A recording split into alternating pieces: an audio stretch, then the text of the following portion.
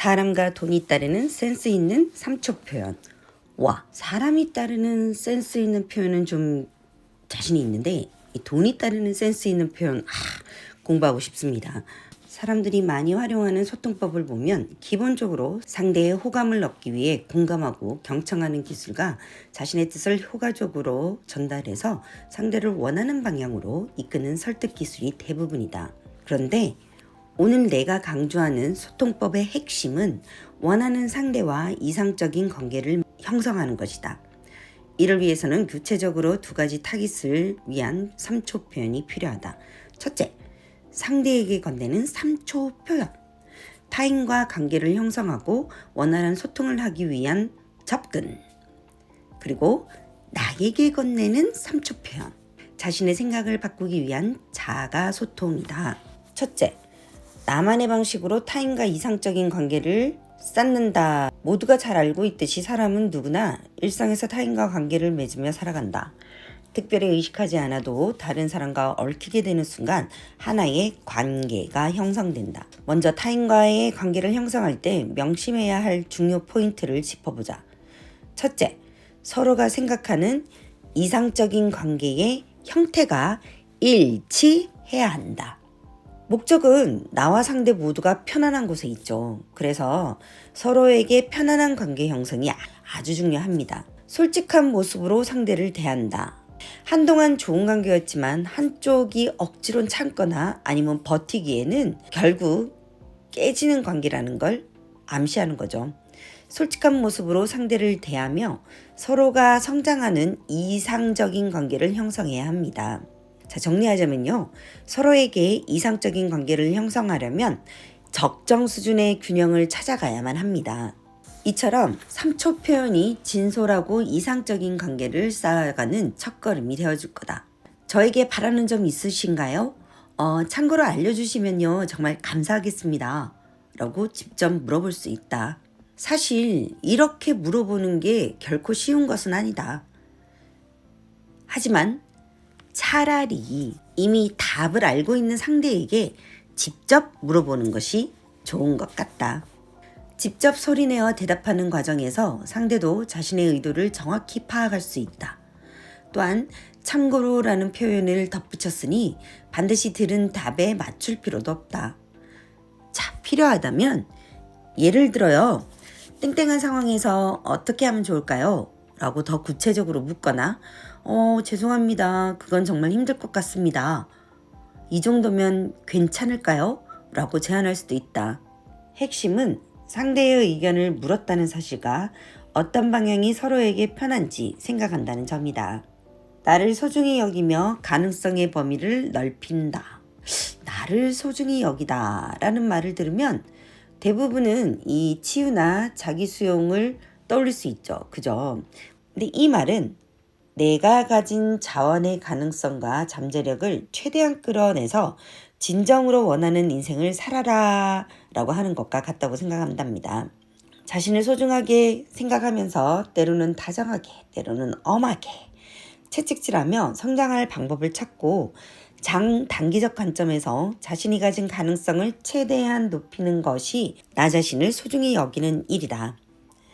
서로를 위해서라도 오래 이어갈 수 있는 관계를 만들어야만, 즉 자기 자신을 소중히 여기면서 상대도 소중히 생각하자는 뜻이다. 소통이라는 것이 나쁜 것이 아니라 오히려 서로가 잘 가보자라는 뜻으로 이루어지는 것이니까요. 과감하게 그동안 물어보지 못했더라도 이렇게 서로에게 직접적으로 진솔하게 물어보면서 지내는 것 굉장히 중요하다고 생각합니다. 사실 나는 일시적으로 참거나 서로의 이득을 위해 이용하고 이용당하는 일은 나쁘지 않다고 생각한다. 이 분명한 목적을 가지고 구분한다면 이 또한 좋은 선택이 될 수 있기 때문이다. 이렇듯 경험과 학습을 통해 자신을 성장시키고 더 나은 사람이 되도록 노력하는 일 또한 나를 소중히 여기는 일이다. 처음부터 지속 가능한 형태를 추구해야 한다. 그렇다고 혼자만의 만족이어선 절대 안 된다. 한쪽이 일방적인 희생 위에 세워진 관계는 결코 오래 유지할 수 없다.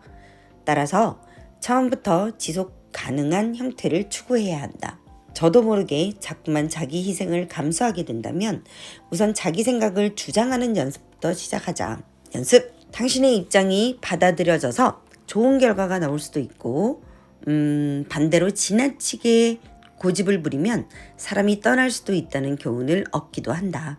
상대에게 말을 걸고 자기 자신에게 되묻는 과정을 통해 서로가 원하는 이상을 이루어가는 일은 나와 상대를 넘어 세상 사람들과 사회 그리고 나아가 세상과의 관계성에도 영향을 미친다. 행복이란 다양한 관계 속에서 싹터 온 세상으로 퍼져 나간다. 저는요, 누구나 사회적으로 영향력 있는 사람이 될 수 있다고 생각합니다.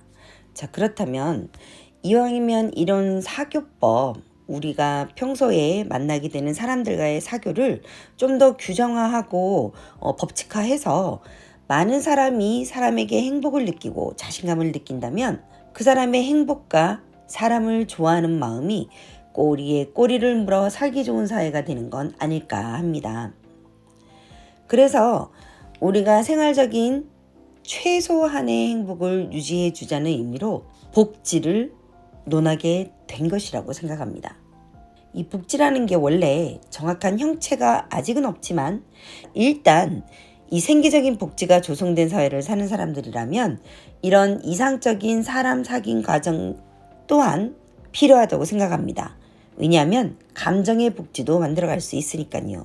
굳이 내가 나설 자리가 아니면 가장 잘 할 수 있는 사람에게 내어주고 굳이 내가 먹고 살 정도가 된다면 더 이상 욕심내지 말고 굳이 이 사람이랑 싸워서 짓밟고 싶은 마음이 아니라면 그냥 지는 척 지나가주고 굳이 내 일이 아니라면 사사건건 말로 지적하지 말고 굳이 들어서 좋은 이야기가 아니라면 그냥 아예 하지 말고 하지만 어느 날 지쳐 보이는 사람이 보인다면 장점과 강점을 칭찬하며 힘내게 하고 그래도 외로워하는 사람을 만나면 이 좋은 노래 한 소절 불러서 위로는 못하겠지만 그래도 그 마음만은 전달을 하고 예전 대학 선배가 한 말이 기억에 아직도 남습니다.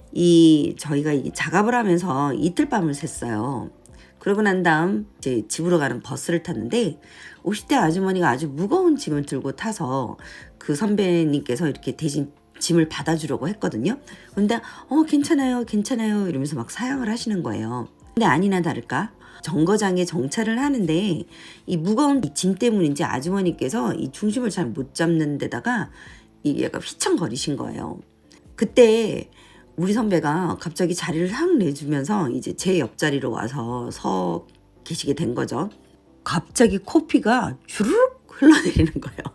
그래서 선배 이러면서 휴지 하고 막 이렇게 줬어요. 줬는데 이제 제가 내리면서 그랬어요. 아니 선배 그렇게 잠이 오고 푹푹 했으면서 괜찮다고 하는데 그냥 주무시지 왜 그렇게까지 했어요? 아유 그러니까 이렇게 코피도 나지 이랬더니 그때 저희 선배가 딱 한마디 하셨어요. 야 마음의 보살이 힘들지 이 신체의 보살은 그냥 베풀고 살아도 좋아.